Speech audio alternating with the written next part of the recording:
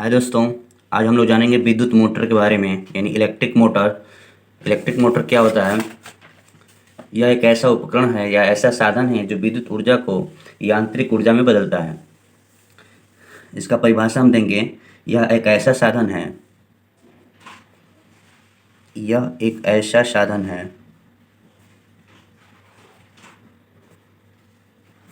है जो जो विद्युत ऊर्जा को जो विद्युत ऊर्जा को यांत्रिक ऊर्जा में बदलता है। ये आपका हो गया विद्युत मोटर का, ये परिभाषा हो गया। ठीक है, इसका हम संरचना देखेंगे। इसकी संरचना कुछ इस प्रकार होगी।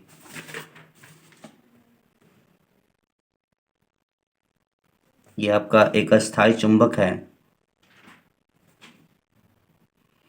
जो बहुत ही शक्तिशाली होता है।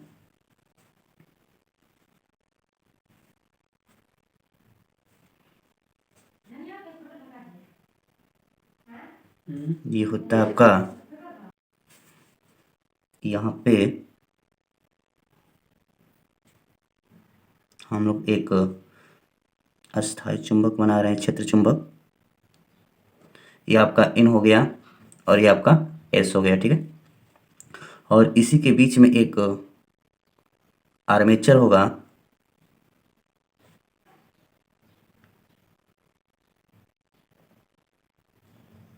ये आर्मेचर है जो नर्म लोहे के बनाया जाता है। ये आपका आर्मेचर होता है। ये आपका आर्मेचर होता है जो नर्म लोहे को होता है। इस पर तांबे के अनेक फेरे लपेट करके बनाए जाते हैं। और ये आपका विभक्त वलय होता है। ये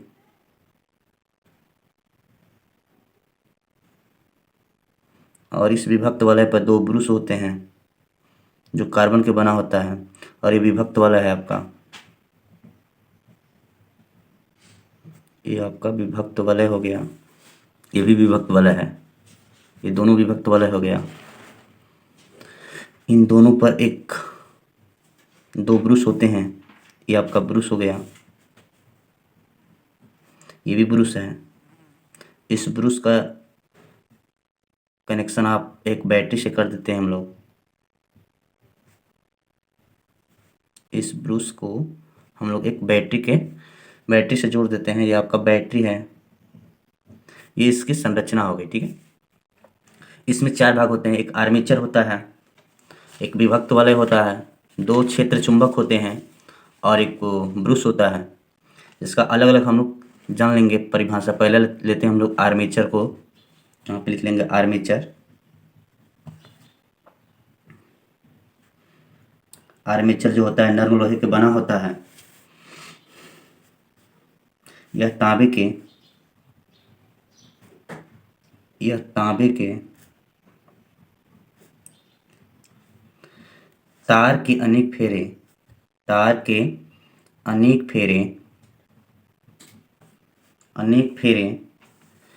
वाली एक आयताकार कुंडली होती है। अनेक फेरे वाली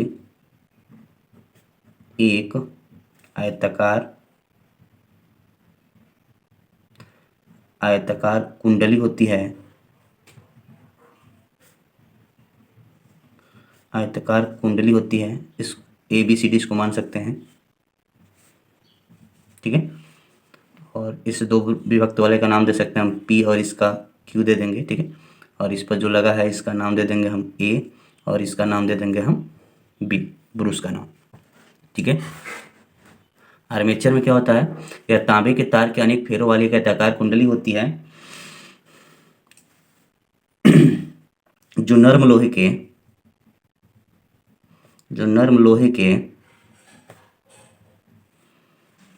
क्रूड पर तांबे के तार को अनेक फेरे लपेट कर बनाई जाती है, लपेट कर बनाई जाती है। ठीक है। यह कुंडली चुंबक के ध्रुव, यह कुंडली चुंबक के ध्रुव, चुंबक के ध्रुव N व S के बीच घूमती है। ठीक है। ये देखिए दो क्षेत्र चुंबक है आपका N व S, इसी के बीच में ये आर्मेचर है जो नरम लोहे का होता है, इस पर तांबे के अनेक फेरे लपेट करके बनाया जाता है।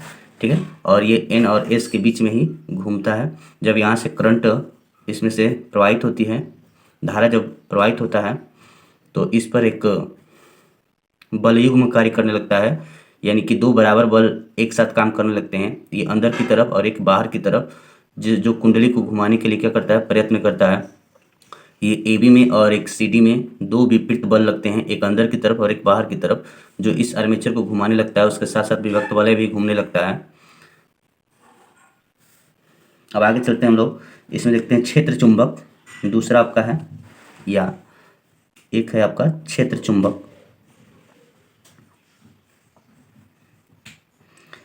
यह एक प्रबल अस्थायी चुंबक होता है। यह एक प्रबल अस्थायी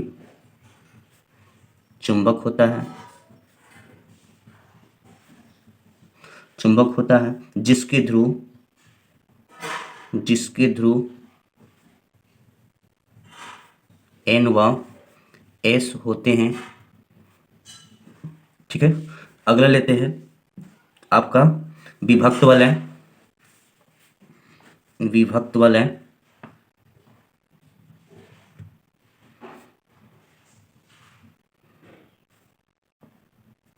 विभक्त वलय होता है।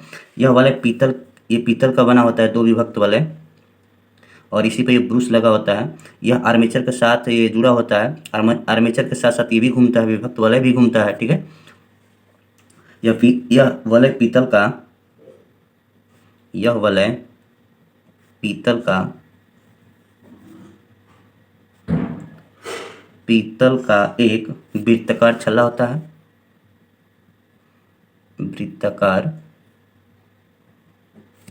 छल्ला होता है।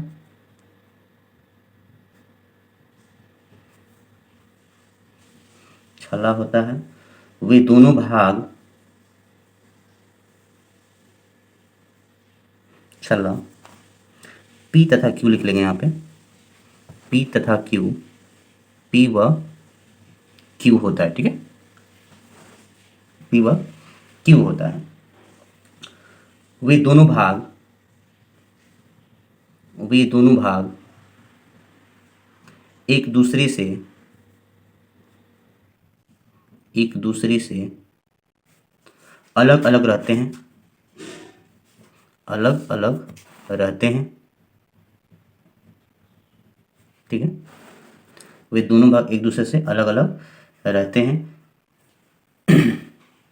तथा आर्मेचर के साथ जुड़े होते हैं। आर्मेचर के साथ जुड़े होते हैं और आर्मेचर के साथ घूमते हैं तथा आर्मेचर के साथ साथ घूमते रहते हैं या घूमते हैं। अगला आपका ब्रूस। ब्रूस होता है विभक्त वलय, विभक्त वलय P व Q धातु की बनी दो पत्तियां, बनी दो पत्तियां A व B, A व B को स्पर्श करती है।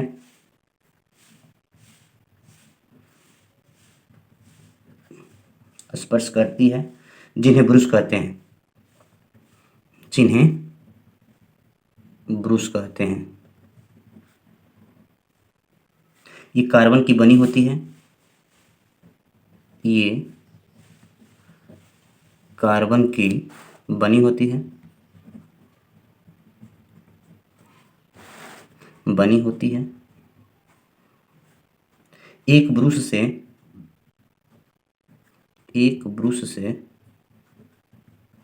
विद्युत धारा कुंडली में प्रवेश करती है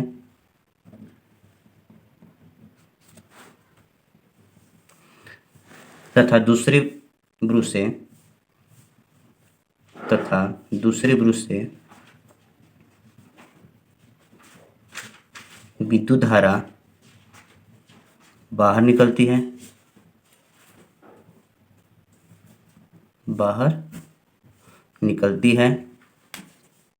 इसका सिद्धांत भी जान लेंगे। जब किसी कुंडली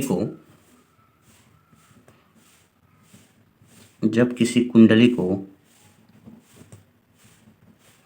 चुंबकीय क्षेत्र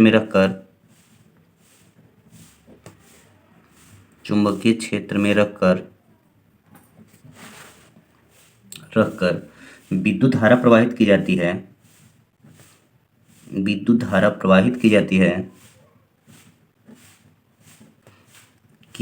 है तो उसमें एक बलयुग्म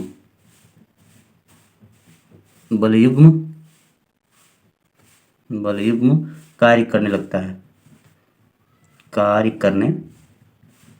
लगता है जो कुंडली को घुमाने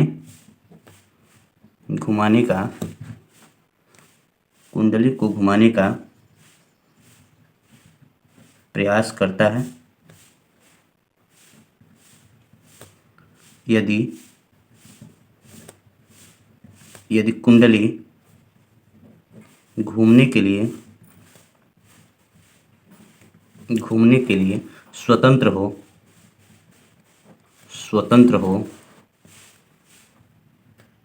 तो वह घूमने लगती है। ठीक है, इसका उपयोग कहाँ करते हैं? इसका उपयोग हम लोग पंखे में, आटा चक्की में या बहुत से इलेक्ट्रिक चीज़ों में हम लोग करते हैं। ठीक है, विद्युत मोटर का उपयोग जो होता है बिजली के पंखे में, विद्युत मोटर का उपयोग बिजली के पंखे, वॉशिंग मशीन, जल पंप,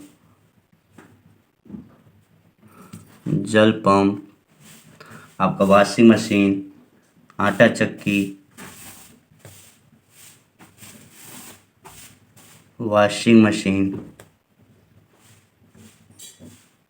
इत्यादि उपकरणों में किया जाता है।